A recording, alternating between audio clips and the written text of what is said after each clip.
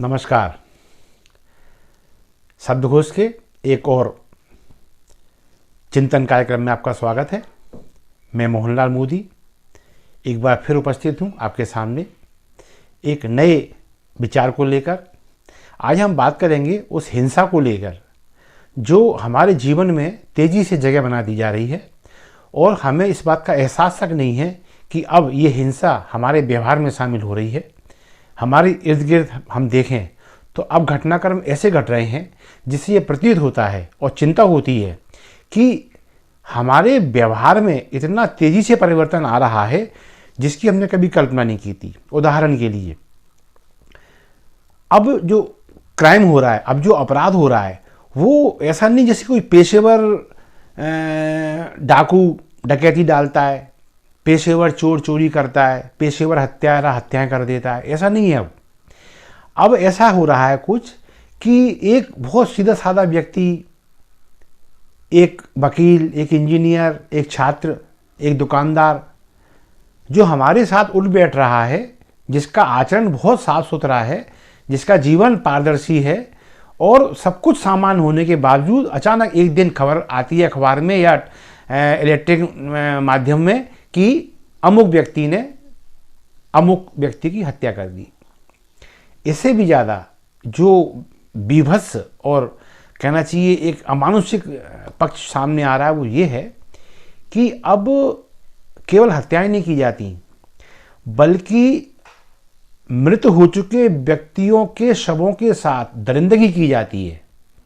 ये बड़ा चिंता का विषय है कि अभी तक हम देखते थे कि दुश्मनी हुई या अकस्मात हो गया, हत्याओं के मामले में बस हत्या हो जाती थी, उसके बाद पुलिस का रोल शुरू होता था और शव एक सामान्य हालत में मिलने पर कुल मिलाकर वो मामला अदालत की जीरे नज़र हो जाता था। लेकिन अब ऐसा नहीं है। अब क्या होता है, व्यक्ति को मारा जाता है, फिर उसकी लाश के टुकड़े किए जाते हैं, काटी जाती है और टुकड़े यहाँ फेंक दिए जाते हैं। कहीं टुकड़े फ्रिज में इसलिए रख दिए जाते हैं ताकि वो सड़न पैदा ना करें, आसपास बदबू ना जाए, मौका मिले तो उसको ठिकाने लगा दें। कहीं इनको पॉलीथीन के बैगों में पैक करके रखा जाता है और कई मामलों में ऐसा आया है कि लाश यहाँ पड़ी है और हत्या करने वाला जो उससे संबंधित ही है, दूर का व्यक्ति नहीं है, आसपास का रिश्तेदार हो सकता है, प्रेमी हो सकता है, पति हो सकता है, पुत्र हो सकता है। लाश नीचे पड़ी है, उस एक संबंधी की दूसरा संबंधी बाजू में आराम से सो रहा है। तो ये जो व्यवहार है, ये जो हमारे व्यवहार का परिवर्तन है, ये चिंताजनक है। अभी मैं कुछ उदाहरण बतौर कुछ ऐसे मामलों का आपके सामने विवरण देना उचित समझूंगा जो मैंने अभी हाल विभिन्न माध्यमों से नोट किए हैं। ये इसमें देखिए, जैसे जयपुर में एक भतीजे ने अपनी ताई को मारा, उसके 10 टुकड़े किए और उसको कटर से काटकर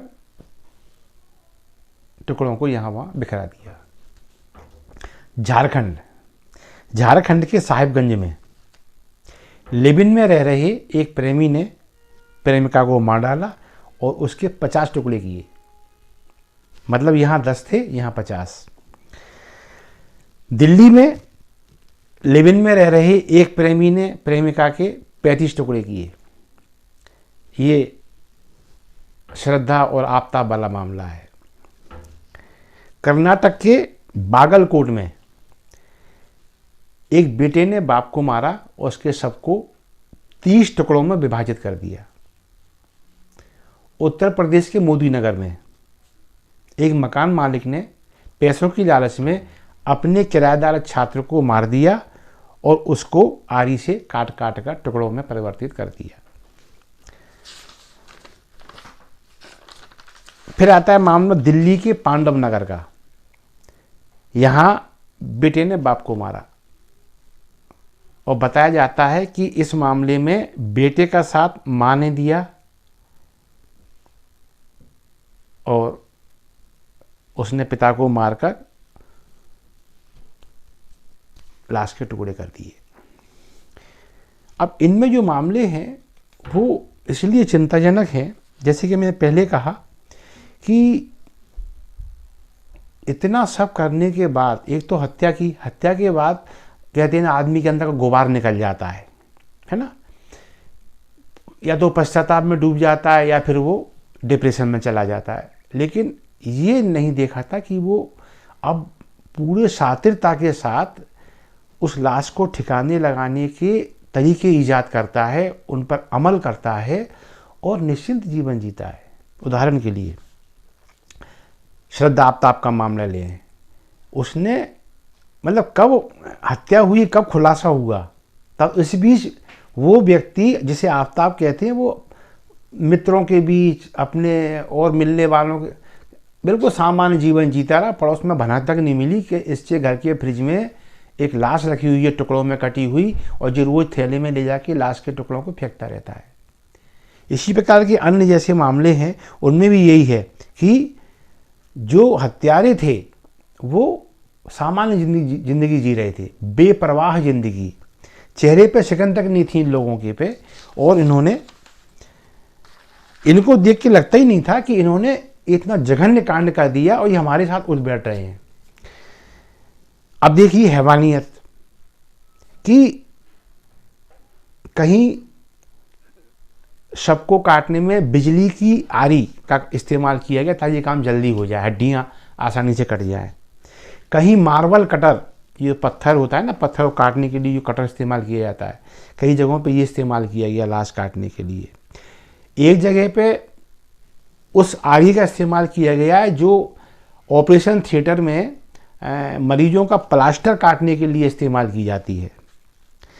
और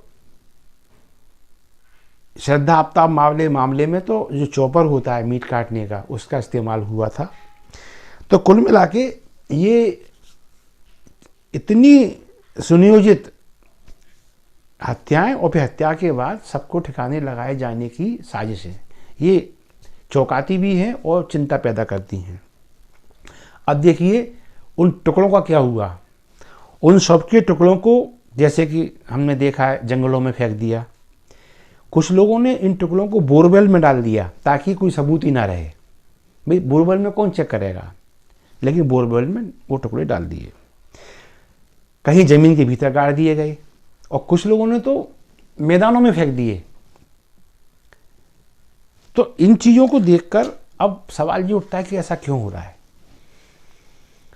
तो अब तक जो शोध सामने आए हैं उससे तो ये प्रतीत होता है कि हमारा जो जीवन है, एक तो हम पारिवारिक पृष्ठभूमियों से कट गए, एकांत जीवन हो गया, पति पत्नी और मेरे बच्चे बस।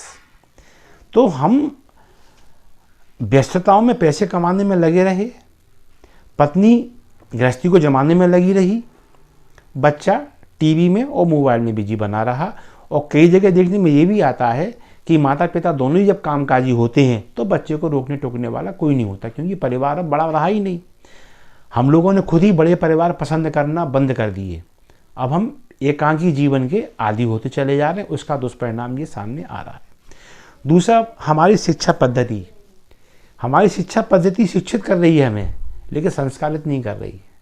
हमारे यहाँ अब जो नैतिक शिक्षा हुआ करती थी, जिसका मैं छात्र रहा हूँ, उस नैतिक शिक्षा में ये बताया जाता था कि समाज के प्रति हमारे क्या दायित्व हैं, क्षमा का भाव कितना आवश्यक है, इसका अपने द्वारा बड़प्पन प्रदर्शित किया जाना कितना आवश्यक है, छोटे को क्षमा करना, उसको स्नेह देना, ये सब कुछ उस नैतिक शिक्षा में था, वो सब चला गया। अब शिक्षा में क्या रह गया है, सिर्फ आप कैसे एक सफल कारोबारी बन सकते हैं, एक कैसे सफल आप नौकरी पेशा व्यक्ति बन सकते हैं। मतलब नोट छापने की मशीन हो गया है आदमी, उसमें वो लगा हुआ है और ये इनके प्रकार वो अब सिर्फ इसी को सफलता मानता है कि वो कितना पैसा कमा सकता है। इसके अलावा उसके आसपास की शिक्षा है वो समाप्त हो गई है। लिहाजा अब वो हर कुछ त्वरित चाहता है, और जब परिणाम से वो परास्त होता है, उनसे निराश होता है, तो फिर कुंठाएं जन्म लेती हैं। और उन कुंठाओं का परिणाम ये होता है कि आदमी ऐसे अक्षम अपराध कर बैठता है। लिव इन क्या है, यही तो है। माता पिता किसी और शहर में, बेटे या बेटी कहीं और जाके पढ़ रहे हैं, एक मतलब एक बहुत उच्चतम शिक्षा के इतने ज़्यादा हमारे ऊपर दबाव आ गए कि हमने ये सोचा ही नहीं कि सारे संबंध कट गए एक व्यक्ति से, और वो वहाँ स्वच्छंद जीवन यापन कर रहा है। माता पिता को पता ही नहीं है कि बेटा या बेटी कर क्या रहे हैं। मामला कब सामने आता है? जब अखबार में फोटो छपती है एक मृतक की और एक हत्या करने वाले की, तब मालूम चलता है कि हमारा कोई व्यक्ति, हमारा कोई रिश्तेदार, हमारा कोई खून का रिश्ता आज या तो हमसे टूट गया या फिर कलंकित हो गया। पति पत्नी के बीच तनाव, कहीं ना कहीं जीवन पद्धति इतनी ज़्यादा विवादित हो गई है कि हम अपनों से कट गए। मेरा तो जो शोध सामने आया है अभी तक वो यही है कि हमने जो पारिवारिक पृष्ठभूमि थी उसको संकुचित कर लिया। हमारे आसपास रिश्ते नाते शेष रहे नहीं। हम स्वच्छंद जीवन जीने के आदी हो गए।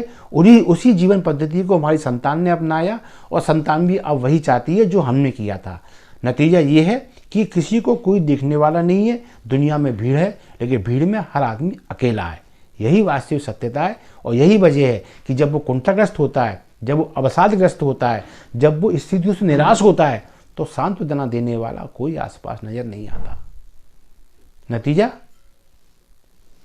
इस तरह के मामले सामने आते हैं। तो इसमें सरकार क्या करे, पुलिस क्या करे, इसमें अदालतें क्या करें, ये बड़ा सोचनीय प्रश्न है। दरअसल इसमें हमें ही कुछ करना होगा। हमें ये तय करना होगा कि हम व्यक्ति को भीड़ में अकेला ना रहने दें। हम परिवार के महत्व को समझें और समझाएं। कोरोना में देखा कि जो परिवार से दूर थे उनमें से अधिकांश मृत्यु को प्राप्त हो गए, और जो परिवारों तक पहुंच गए वो कोविड से ग्रस्त होने के बावजूद भी सुरक्षित बच गए, और जो अकेले थे उन्हें बड़े बड़े डॉक्टर और दवाइयां नहीं बचा पाई। तो कुल मिला के हमारा एक समाज से यही निवेदन है कि हम अब अवसादग्रस्त जीवन से बचें, नैतिक शिक्षा की ओर ध्यान दें, अपने दायित्वों को पहचानें, क्षमा का भाव जो अंदर कहीं दब गया है उसको दोबारा प्रतिष्ठित करें, और क्षमा जो हमारे अंदर भाव होना चाहिए उसे हम प्रखरता के साथ उसको भी अपने जीवन में महत्व देंगे तो ये घटनाएं मेरे ख्याल से सामने नहीं आएंगी। और यदि अपने भरे पूरे परिवार के साथ रहेंगे तो एकांगी जीवन से छुटकारा मिलेगा। और जब आप टेंशन में, तनाव में, अवसाद में होंगे तो फिर आपको सांत्वना देने के लिए, मार्गदर्शन देने के लिए आपके परिवार के लोग आपके आसपास मौजूद रहेंगे। इससे हम इन विपरीत, विषम और प्रतिकूल परिस्थितियों से छुटकारा पा सकेंगे। समाज एक नई दिशा पाएगा और जो अपराध, हत्या और हत्या के बाद शवों की दुर्दशा जैसे मामले सामने आ रहे हैं उन पर लगाम लगेगी, ऐसी मेरी उम्मीद है, ऐसी आशा है। इसी के साथ आज के कार्यक्रम को यहीं विराम दूंगा और शब्दकोश फिर किसी नए कार्यक्रम के साथ, नए मुद्दे के साथ आपके सामने उपस्थित रहेगा। तब तक के लिए मोहनलाल मोदी को दीजिए आज्ञा। नमस्कार।